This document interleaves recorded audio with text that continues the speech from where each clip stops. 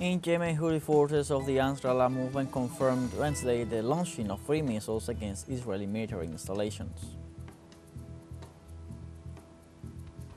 In the United Nations headquarters in New York, members of the UN Security Council met on Monday to discuss the situation in the Middle East.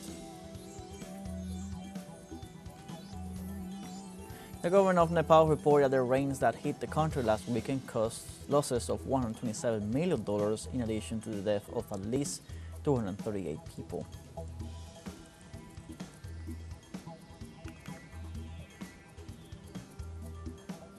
Hello, welcome from the South. I'm Luis Alberto Matos from the teleSUR studios in Havana, Cuba.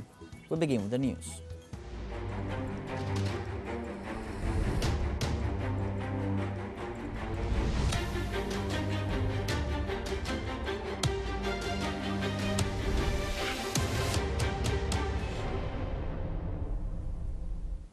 In Yemen, Houthi forces of the Ansar movement confirmed Wednesday the launching of 3 missiles against Israeli military installations.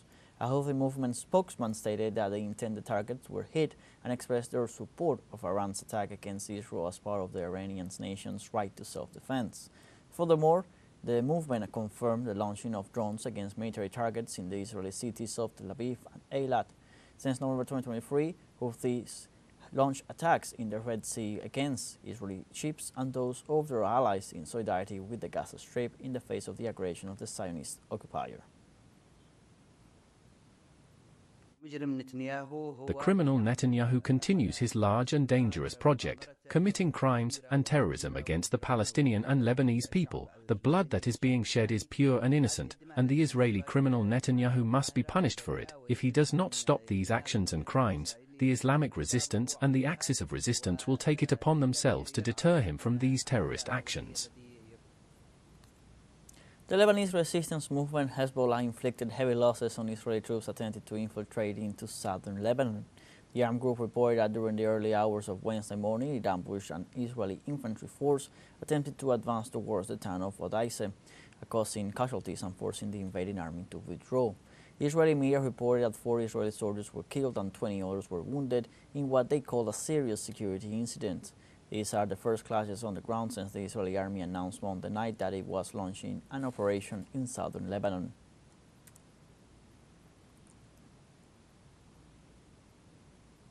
Following on the escalation of tensions in the Middle East, on Tuesday Israel launched new airstrikes on densely populated areas in the south of Beirut.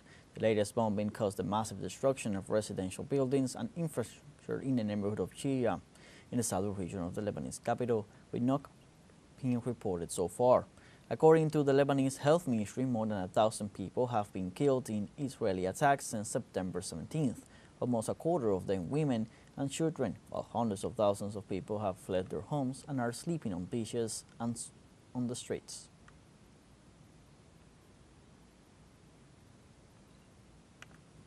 Palestinian authorities denounced that on the last 24 hours, Israeli forces committed 5 massacres, leaving 51 deaths and 165 wounded in the Gaza Strip. Medical sources report over 40 deaths in Han Yunis, including 12 family members, after Israeli troops conducting an hours-long ground incursion backed by artillery fire. Attacks were further registered in the north and center of the devastated Palestinian enclaves, so the number of casualties could be higher. Meanwhile, Israeli occupying forces said on Wednesday that they have dropped bombs on a third school in the Gaza Strip allegedly used by the Palestinian resistance movement Hamas, after 2 other schools were hit last night by Israeli aircrafts.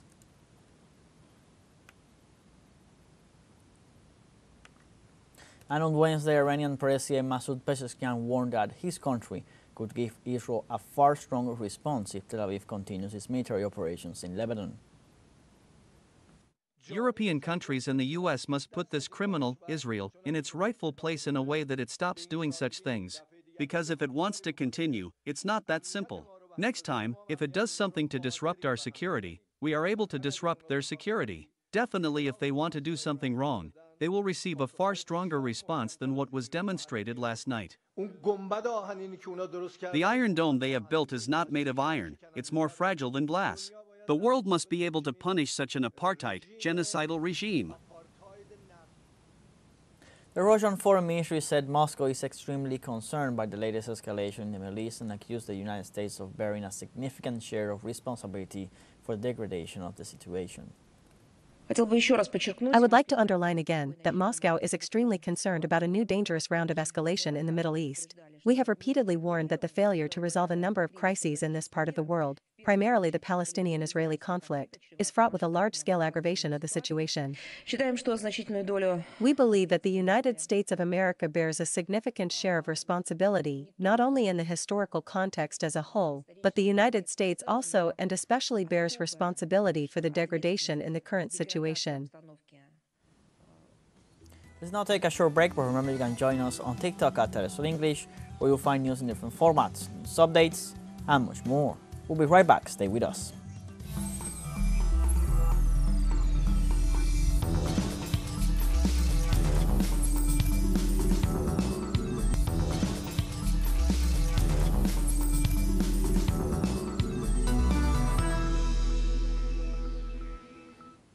Welcome back.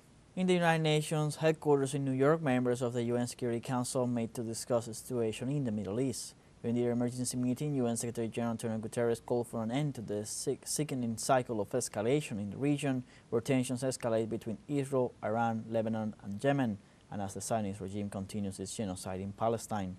In this context, Guterres stated that the deadly cycle of tit-for-tat violence must stop, adding that the raging fires in the Middle East are fast becoming an inferno.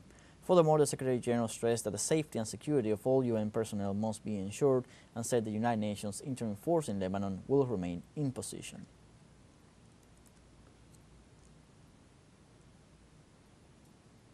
The President of Colombia, Gustavo Petro, boosted the Youth in Peace program since January 1, 2023 to prevent youngsters from joining criminal groups. The government program provides 1 million Colombian pesos per month to young people nationwide who live in extreme poverty conditions to help them study or for them to open their own businesses.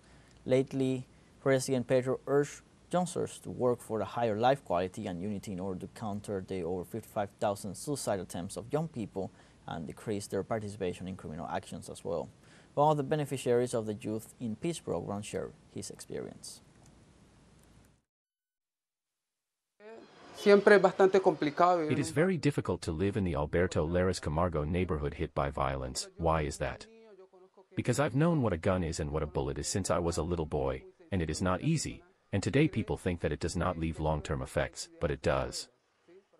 I have been able to invest the resources from the Youth in Peace program in this stationery store business to generate income not only for myself but also for my family, and in the near future, we hope to expand this and create opportunities for other young people like me. Now, Uruguay is preparing for the first round of elections, which will be taking place on October 27th, while the electoral campaign is gaining intensity. During the electoral campaign, different political parties hold meetings with their militants to transmit their program proposals that they will execute during their administration. In this sense, the favorite candidates are Yamandu Orsi for the Frente Amplio and Álvaro Delgado for the right-wing National Party. Yamandu Orsi leads the polls with an average of about 44% of voting intention, followed by Álvaro Delgado several points behind.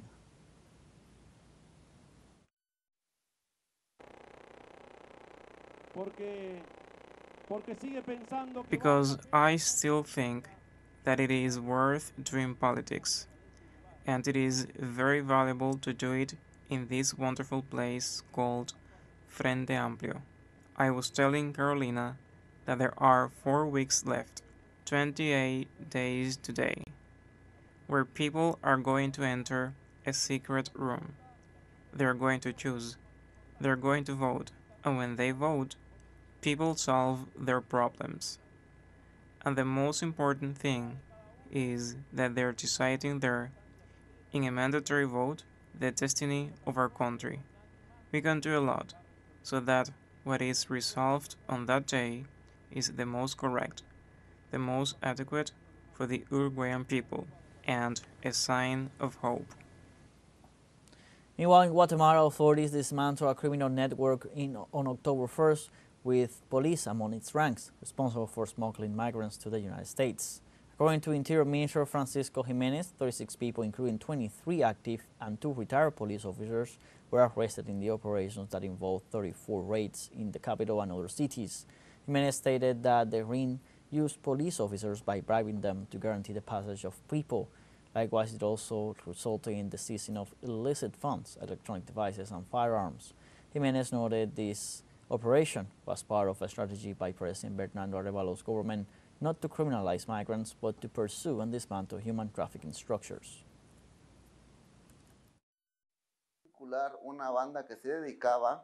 Again, the smuggled migrants from the municipality of Esquipulas using private cars and then used warehouses in Guatemala and Retalulio, and then used Pullman-type vehicles to transport the migrants to Ayutla, where other members of the structure received them in warehouses and then transported them to Mexico. It is estimated that approximately 10,000 migrants moved through the network, with hundreds of migrants of different nationalities documented.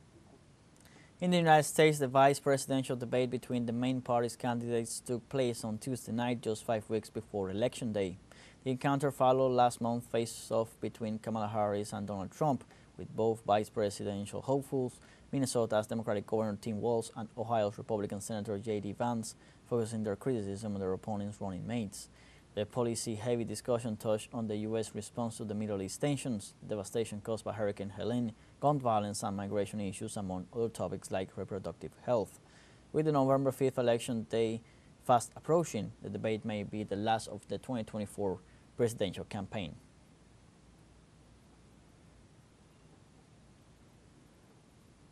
And also in the United States, thousands of dock workers continue to strike over wage increases and automation at ports. At least 14 ports across the country have been on strike since early Tuesday morning. More than 50,000 members of the International Longshoremen's Association along the Atlantic Ocean and the Gulf of Mexico condemned the automation of the ports, considering that it will lead to job losses. Experts say this strike could have an impact on Kamala Harris' candidacy ahead of the presidential election.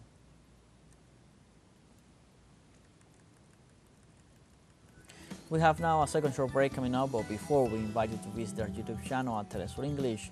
There you'll be able to rewatch our interviews, top stories, special broadcastings, and more. Hit the subscribe button and activate the notification bell to stay up to date on the world's most recent events. Final short break, don't go away.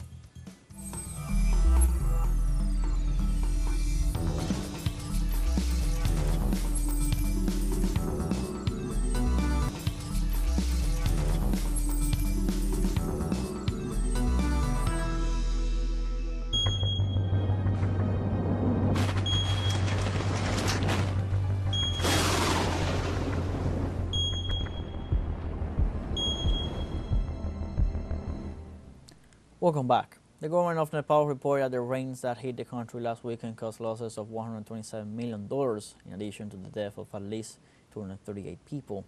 A preliminary report submitted by the Nepalese government indicates that 1,769 houses and 55 bridges were destroyed as a result of the floods and landslides caused by the rains.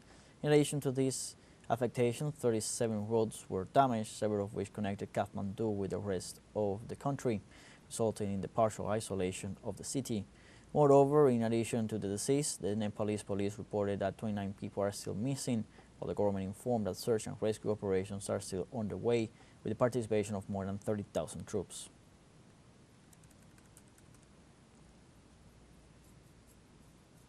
And in Afghanistan, authorities reported at least 13 people dead following recent floods that hit several regions of the country.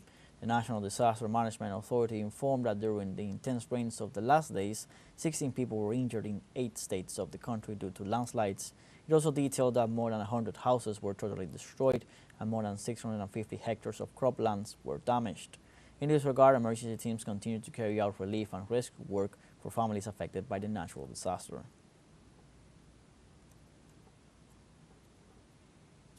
And on Wednesday, Chinese authorities ordered the closure of schools and financial markets ahead of Typhoon Krathon. Weather authorities forecast the phenomenon will bring about strong winds and heavy rainfall. In this context, 22 counties and regions of the Chinese island of Taiwan suspended school and administrative activities. Authorities also canceled all domestic and dozens of international flights. In the city of Taitun, at least 23 people were injured, one of them seriously, while 2,735 people were evacuated.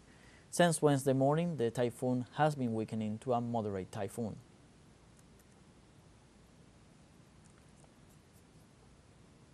And in Greece, authorities reported the death of 2 people due to forest fires in the Corinthia region. The Civil Protection Department stated that more than 2,000 people were temporarily evacuated in 13 localities. Throughout the region, around 570 firefighters are engaged in the firefighting operation using 160 trucks, 6 helicopters, and 4 air tankers. The blaze is moving towards the south and east of the country and has so far consumed more than 6,400 hectares.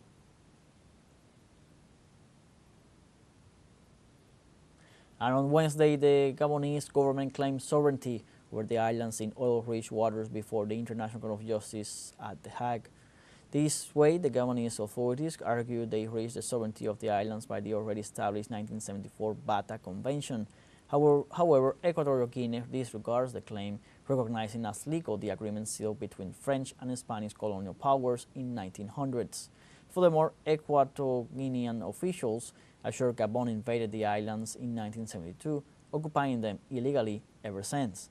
As a result, both nations agreed on finding out an amicable solution, allowing the ICJ to decide whether a claim is valid to define the legal right over the disputed territory. The Gabonese representative expressed her view on the case.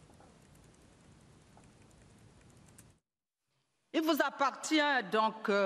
is therefore up to you, ladies and gentlemen of the court, to determine whether the Bata Agreement is binding on the parties. If it is, the die is cast. This treaty, which in our view is fully valid, resolves all the problems of sovereignty over the islands and the demarcation of borders. The French National Assembly's Law Committee overwhelmingly rejected a motion for the impeachment of President Emmanuel Macron tabled by La France Insoumise, which criticizes the head of state for not respecting the results of the legislative elections. Ladies and gentlemen, 69 votes were cast and 69 votes were returned, giving a majority of 35 for 15 against 54. Thank you very much.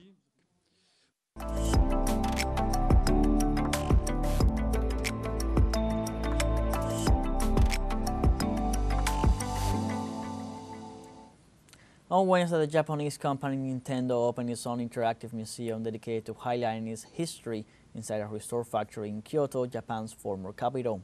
The installation exhibits different pieces that allow visitors to see the evolution of the company over 135 years of development, started in 1889, with the manufacture of Hanafuda playing cards, through toys and board games to reaching worldwide success with video games.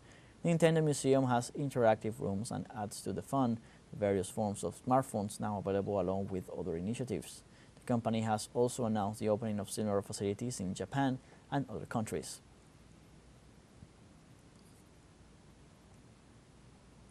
And every October 2nd is celebrated as the International Day for Non-Violence, a day decreed by the UN and chosen to pay tribute to the figure of Mahatma Gandhi, leader of the Indian independence movement and pioneer of the philosophy and strategy of non-violence. The decree was approved on June 15, 2007, and since then every October 2nd, the UN carries out cultural activities to promote the culture of peace, tolerance, and understanding among all citizens of the world. The United Nations resolution that establishes the day affirms that this date seeks the universal relevance of the principle of nonviolence. One of the most important reasons why this day is celebrated is because an estimated 1.6 million people lose their lives each year in an act of violence. We have come to the end of this news brief. You can find these and many other stories on our website, telesurenglish.net. Join us on social media, Facebook, X, Instagram, Telegram, and TikTok. For TeleSUR English, I'm Luis Alberto Matos. Thank you for watching.